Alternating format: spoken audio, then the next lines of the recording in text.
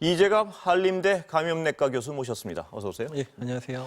자, 지금 뉴스 보셨는데요. 네. 어제 김호란 교수님이 나오셔가지고 마침 경고했던 내용인데 저 코호트 격리 자체가 저렇게 어떤 감염의 매개가 되는 경향이 있는데요. 어떻습니까? 저거 어떻게 해야 되죠?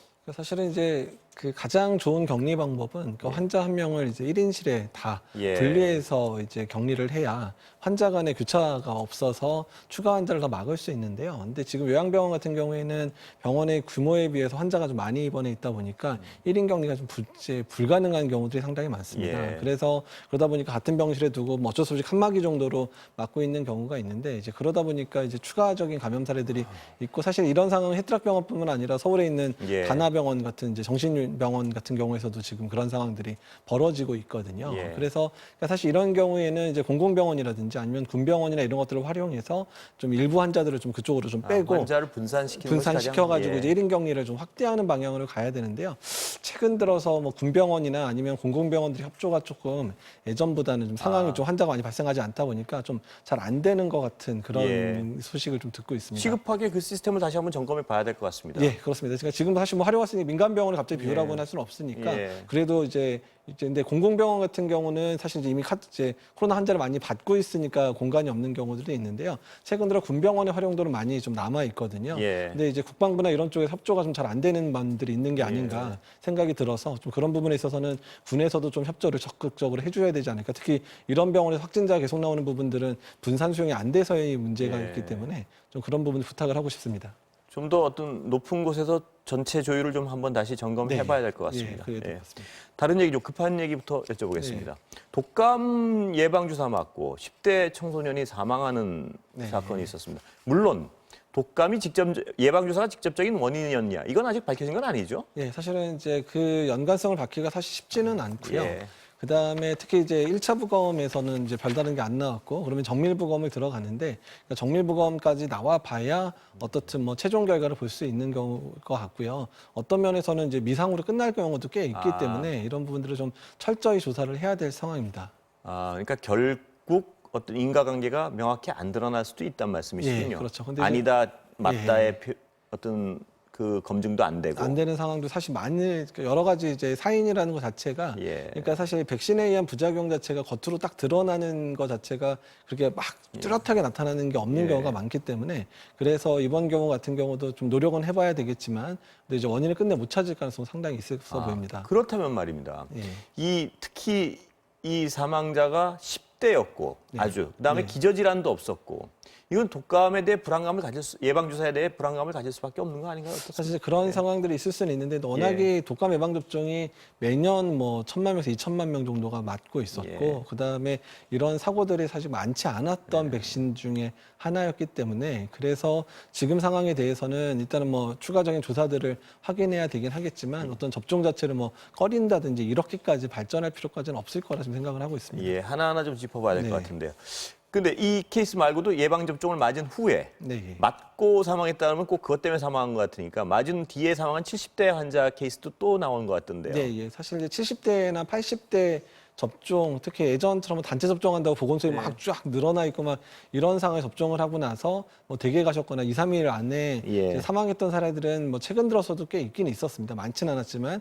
근데 이제 이게 연세가 많으시다 보니까 이제 기저질환이나 이런 게 악화돼서 사망한 건지 예. 백신 접종이 그거를 좀 가중시킨 건지 또는 백신 때문인 건지 이런 증명이 좀 힘든 상황들이 많았거든요. 예. 그래서 일단 이 부분에 대해서도 철저한 조사가 또 필요하긴 합니다. 근데 고창 이 70대 노인분은 기저질환이 있었던 거는 맞죠? 예, 뭐 고혈압 외에 몇 가지 질환이 예. 있었다라고 좀 알려지고 있어서 이게 기저질환이 악화된 건지 또 가끔은 이제 기저질환이 상당히 심한 분들 같은 경우는 백신을 맞으면 이런 면역 반응이 일어나다 보니까 예. 그런 것 때문에 좀 불편해하면서 힘들어하시는 분들이 있기는 있거든요. 예. 또 그런 거는 아닌지 이런 부분들도 좀 감별이 필요합니다. 그럼 다시 10대 얘기로 돌아갈 수밖에 네. 없는데 그분이 좀 우려하는 분들이 많으니까. 네.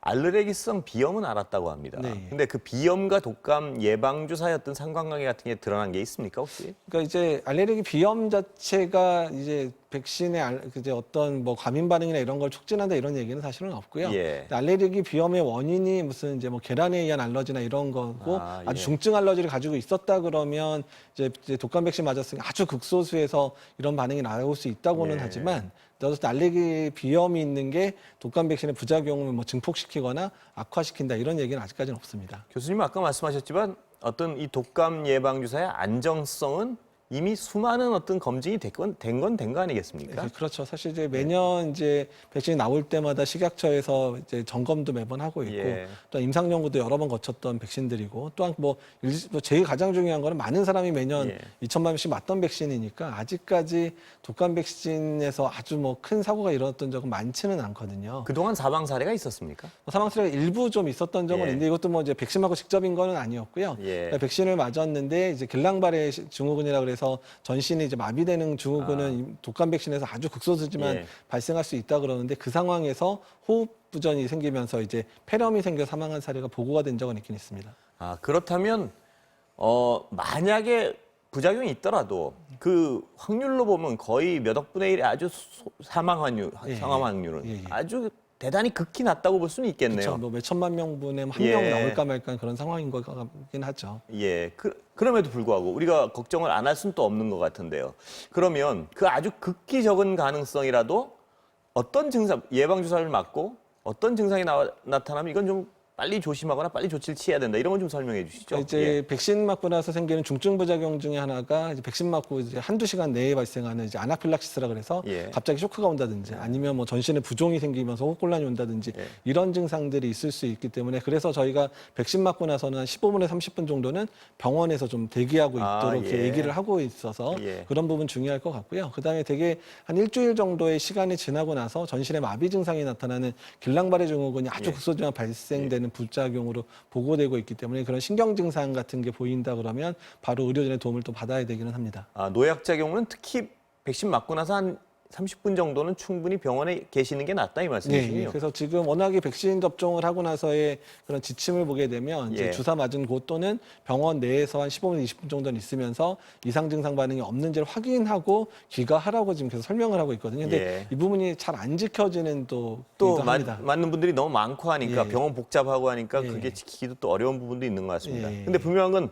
두 가지 부작용 사례가 모두 극히 드문 케이스라는 건 분명하다는 말씀이시죠? 예, 그렇습니다. 예. 예. 그러니까 걱정은 이런 어떤 극히 드문 케이스의 부작용 때문에 너무들 꺼려서 또 독감 예방 주사 안 맞으시고 뭐 이러는 것보다는 지금 맞으시라고 권할 수밖에 없는 상황. 예, 지금 사실 그렇죠. 뭐 매년 독감 예방접종도 중요하지만 올해같이 코로나19랑 동시유행이 가능한 상황에서는 독감 예방접종 상당히 더 중요한 시점이기 때문에 예. 이 부분들을 고려하셔서 예방접종을 지금 하려고 계획 중이신 분들은 그냥 계획대로 예방접종을 해주시는 게 좋을 것 같습니다. 예.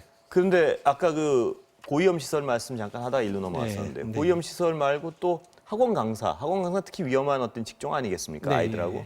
근데 거기서도 또 발생한 것 같은데 학원 강사는 마스크는 계속 쓰고 있었던 것 같습니다. 근데 증상이 있은 지 한 일주일 동안 계속 강의를 한 것 같고요. 어떻습니까? 위험도는 이것도 굉장히 위험한 상황이죠. 그러니까 이제 마스크 착용을 잘 했다 그러면 예. 이제 전반 그리고 이제 학생들도 마스크 착용을 잘했는지까지 조사가 이제 돼야 되고요. 예. 그러니까 양쪽의 마스크를 어떻든 뭐 강의 내내 또한 강의 끝나고 쉬는 시간이나 이럴 때까지도 잘 착용해서 이제 긴밀한 접촉이 없었다 그러면 추가 확진자가 많이 안 나올 가능성도 있긴 있는데요. 예. 다만 이제 같은 종사자들 있잖아요. 학원 강사들끼리는 뭐 휴게실이나 이런 데서 커피 같이 예, 마시거나 예. 이런 상황에서 마스크를 안 쓰는 경우들도 있으니까 이제 그런 경우에 대해서는 좀 주의가 좀 필요할 것 같습니다.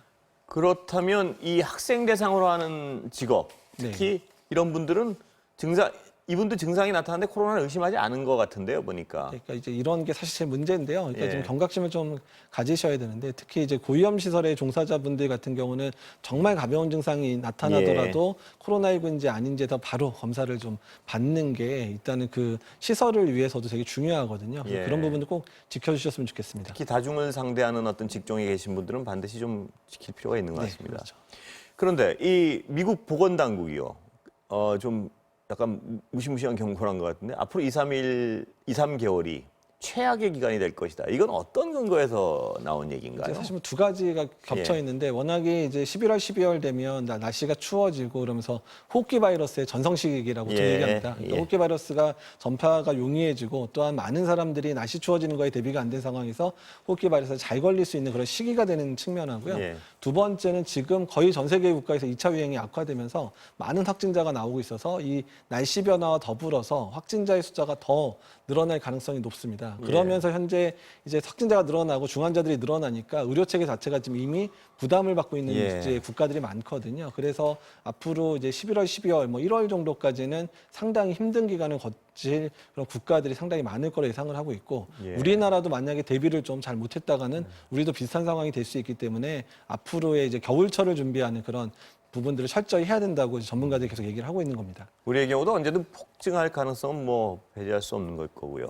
예. 그 겨울 문 닫아놓기 시작하면 그것도 위험한 거죠, 굉장히. 그렇죠. 이제 겨울철에 이제 저희가 위험들을 하는 이유가 실내 활동이 많아질 수밖에 없잖아요. 너무 춥다 보니까 대부분 안에 들어가고 추우니까 환기도 안 시키고 문을 닫아 놓으니까 실내에서의 그런 접촉 빈도가 계속 늘어나기 때문에 이번 여름에 저희가 이제 장마철에 실내 활동 늘어나면서 사실 8월 중순 이후에 2차 유행도 촉발됐다고 얘기하는 것처럼 겨울철은 날씨와 더불어서 또 실내 활동이 늘어나는 측면이 저희가 제일 걱정하는 그런 감염의 위험 요인입니다. 그거는 교수님 어떻습니까? 그러면 겨울 한겨울에도 추울 때도 어쩔 수 없이 좀 많이 모이는 곳은 자주 환기시키는 수밖에 없는 거죠? 네, 그렇죠. 이제 저희가 뭐 권장하기는 뭐 2시간에 한 10분, 15분은 환기 꼭 하라고 말씀드리는데 그 부분 꼭 지켜주셔야 될 것 같습니다. 마지막으로 시간은 다 됐는데 질문 하나 더 드리고 끝내겠습니다.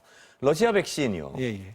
그 국내 방역 당국의 어떤 전문가들은 굉장히 불신을 하는 경우, 왜냐하면 자료도 없고 해서. 그렇죠. 상당 연구가 아직 안 끝났기 때문에. 그렇죠. 근데 우리나라에서 생산한다는 소식이 있던데 혹시 들으신 거 아니, 있나요? 국내에서 지금 생산한다는 얘기 들은 적은 없고요. 다만 러시아가 만든 백신 자체가 국내에서 생산할 수 있는 형태의 백신인 건 맞습니다. 근데 국내에서 논의가 되고 있다는 얘기는 제가 들어본 적은 없습니다. 아, 사실이 아닐 수도 있겠군요. 지금 아마 이제 러시아 측에서만 얘기가 나오는 거예요. 왜냐하면 그 백신을 만들 수 있는 공장이 우리나라에 있거든요. 그래서 사실 영국 백신하고 비슷한 방식 만들었는데 영국 백신 우리나라에 위탁 계약을 맺었거든요. 아마 이제 그런 이유 때문에 아마 좀 언급이 러시아에서 된 게 아닌가 생각이 듭니다.